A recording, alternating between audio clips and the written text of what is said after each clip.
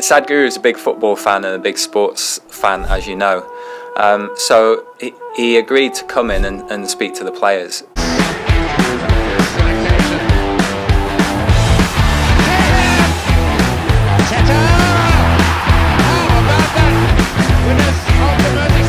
I go back into the dressing room after the game. All the players are there singing Sadhguru, Sadhguru, Sadhguru.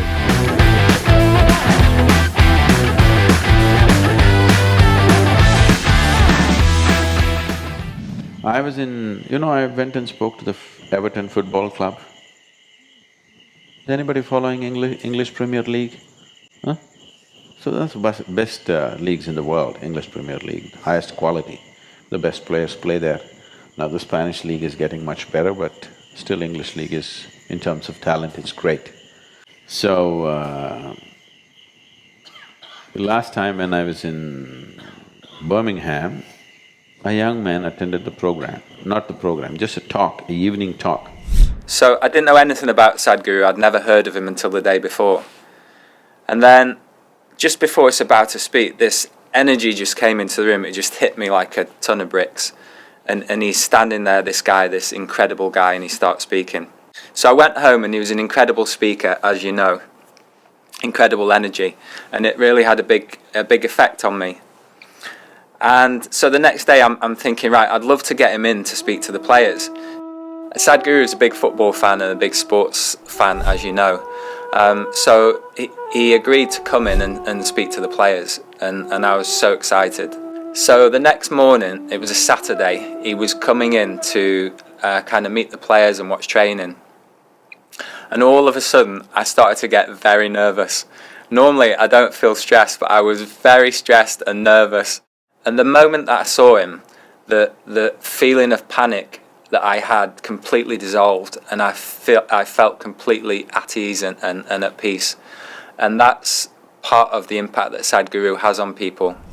So they took me to the Everton Football Club and they want me to speak to the boys. They're stars in their own right. The moment you enter a professional football league, you are a star in your own right because there's a certain talent there. Then with a couple of boys, I kicked the ball around a bit and then I was to talk to them. And he had his sandals on and his flowing robes, and he was out there kicking the ball around with Jack Rodwell, and it was just a very funny sight and funny experience to have this Indian guru here kicking a ball around with Premiership footballers. So that night it was at the team hotel in Formby. We're about to play Liverpool in the derby the next day, and we'd not beaten Liverpool for years. So I went and they were training. So when the football clubs train, they're under the manager's whip and it's very rigid and things are going through paces because the next day they're playing a big game, a very big game with Liverpool. Liverpool has really fabulous stars, Torres, Virat. These are kind of people who can change a game individually, single-handed. The manager is putting them through the paces and the usual things and running up and down. They don't want to put them through too much stress. The previous day, they're just enough to keep them limbered up. So I went there, I said I just want to be there and observe, and I was just there. So he comes into the room in his robes, and the players are sat there, and I noticed immediately that the players, all of a sudden, they just got this, like they calmed. Normally a lot of them can't sit still, but they completely sat still and were completely present and calm, and peace kind of came into the room. It was an incredible experience. And from being okay to slowly they became like this, because what they thought some religious preaching is going to come. I just asked them a simple questions and made them look at life in a certain way, look at the game in a certain way. I'm not trying to teach them soccer. They know how to play soccer. But how to keep yourself? Just this an hour and a half talk. Next day, I had special pass to go and sit in the box for the game. And I went and sat for the game. And one thing I remember is he told the players when they're in the tunnel and regarding the opposition is to give them a bunch of flowers but wrapped in barbed wire. And I won't go into what he meant by that, but it always stuck with me, and I know it stuck with the players as well. This, one of their stars is Tim Carey. Tim Carey is from Australia, and I saw this boy was just sitting there like this. I said, today when you enter the field, say nice things to the Liverpool players.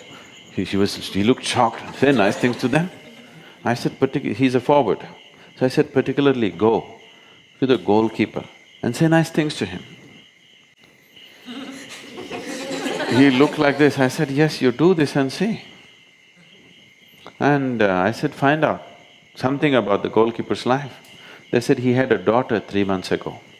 I said, go and ask how his little daughter is doing. Just do it. And if he thinks it's a friendly, in his mind, for a moment if he becomes friendly with you and slackens down for a moment of slackness is what you need.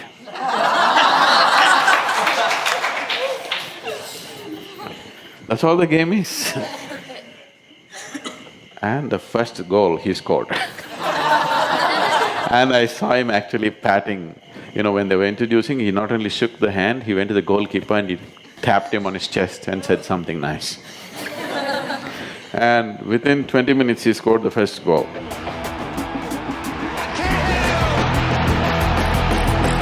They scored one more. And they dominated the whole game right through, which was a huge surprise, headlines in all the newspapers next day, they won 2-0. I go back into the dressing room after the game, all the players are there singing Sadhguru, Sadhguru, Sadhguru. And it was one of the best days of my life. And that evening on Match of the Day was just starting and it was just panning around, and it comes on to Sadhguru because he had the Everton shirt on that Jags had given him. And the commentator goes, here's an interesting gentleman. It is just that constantly Liverpool means you're overpowered, overwhelmed by the reputation of the big players there. Nobody's reputation is going to win any game or any situation anywhere. How you conduct this situation is how it's going to work. I have a great reputation, but tomorrow you can make a fool of yourself, isn't it, if you don't conduct it properly? So reputations are to be respected when you walk on the street, never to be respected or even considered when you are actually in the situation or the game.